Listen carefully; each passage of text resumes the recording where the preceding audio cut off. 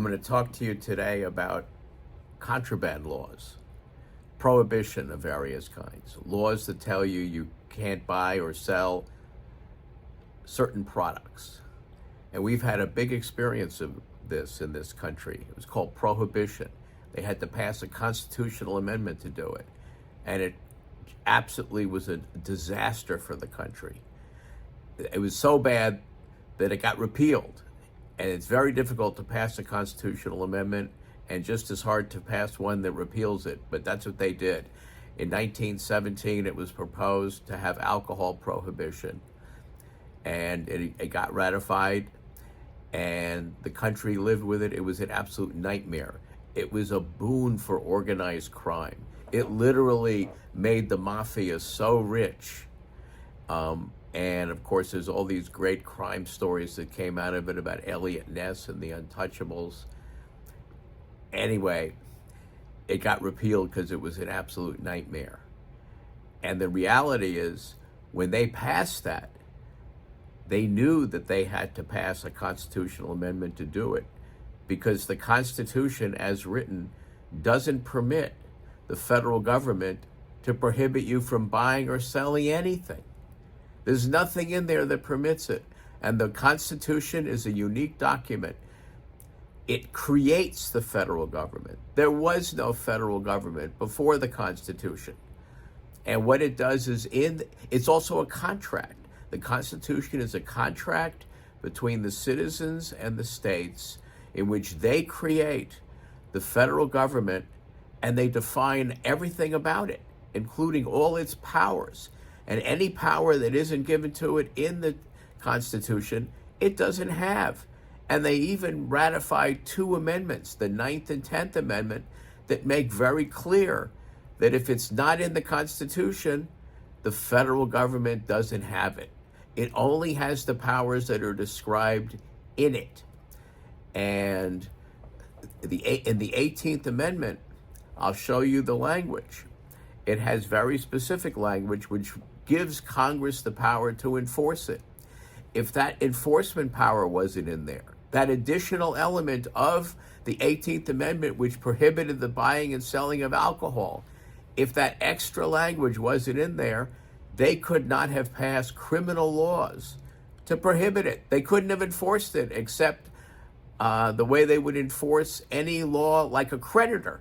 They couldn't enforce anything beyond what a creditor has. Anyway, at the same time, this tells you how malicious politicians are, and our crazy drug laws, which we have today, where they have all kinds of drugs, which they say, oh, you can't buy or sell this.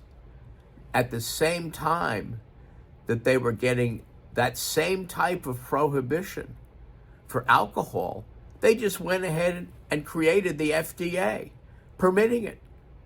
So they knew they had to do it. But they did it legally for alcohol, and then, of course, they got rid of it because the country couldn't stand it. But they didn't even bother to do it for anything else. And what they've done is they've created the FDA, which has all the powers that the government had regarding alcohol, except not just for alcohol, for all food and anything that they call a drug. And there's a very interesting question of what makes something a drug. It's a drug. Everything we consume has chemicals in it. It's impossible for anything to exist that isn't made of chemicals. And a drug is simply chemicals which somebody thinks will fix something with your health. That's what a drug means. So why is it that they should be able to tell us what we can buy and sell and put in our bodies? And what they've done is they've created this monster, the FDA and all those other federal regulatory agencies, which in order for a company to sell drugs in the country, they have to jump through hoops. Their patent only begins to run when they expose what they've done to the government and show it. They can't sell it until the government says it's safe in the minds of the government bureaucrats, and effective. And the way they prove effectiveness sounds like something out of a Nazi German doctor's idea. They take a group of, they use what's called a double-blind sample, where some people get the drug and half of them don't, but they're told they might get it. Everybody's told they might be getting it, but they don't know. So to give you an example, with the way they get this done, let's say a cancer drug, people are suffering from some terrible cancer, and a company has come up with a drug that's already been proven safe. It's been proven safe before it gets to this stage. And then they tell all these people who are desperate for the real drug, we'll let you have it, but we won't even tell you whether you're getting the real thing or a placebo. So if the drug is effective, half of them who get the placebo may die. And that's part of the test. And it's fabulously expensive for the companies. This is why drugs are so expensive. You know, the drugs you buy from a drugstore. But why can't we just buy whatever we want from anyone? Why do we have to have the government approving things? And by the way, if the government wasn't involved in licensing all this stuff, there wouldn't be any black market. The only reason there's a black market with all these criminals selling things is because the government has prohibited it. If it was allowed to be sold legally, there wouldn't be a black market. And I recently wrote an article about Matthew Perry, who was on a star on Friends. He apparently died of a drug overdose. But it may be that that would never have happened if he could have simply bought that drug if he wanted it. And it used to be before, and the FDA was created in 1906. People could buy whatever they wanted for their health. And that's what it's for. We're talking about things for your health. And they're not even allowed to put it through that double-blind test until it's already been proven safe and effective. And it happens that it's unconstitutional for the government to be sticking its nose into any of that. Our Constitution incorporates the British Constitution, which is called the British Bill of Rights, the English Bill of Rights, which was a document which King William and Mary had to sign in 1689.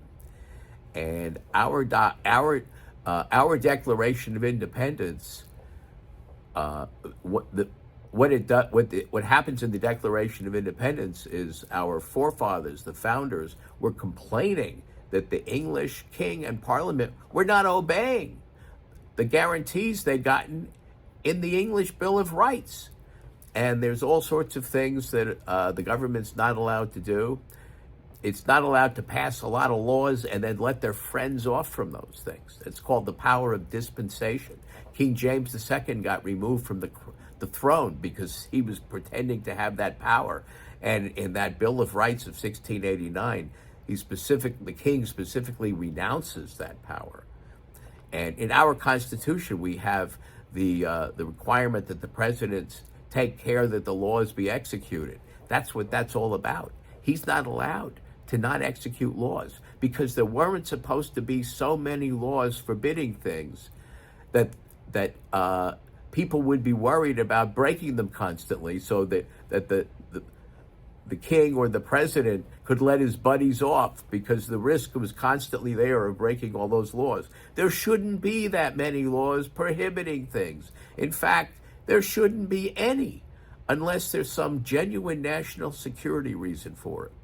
There's a Supreme Court case, Allgaier v. Louisiana, where the Supreme Court specifically said that all those privileges and immunities that were preserved under the English Constitution, which were referred to in the Declaration of Independence, are part of our Constitution also. And as free citizens, we are guaranteed all those privileges and immunities. Thank you. If you like listening to me, follow me and tell your friends about me.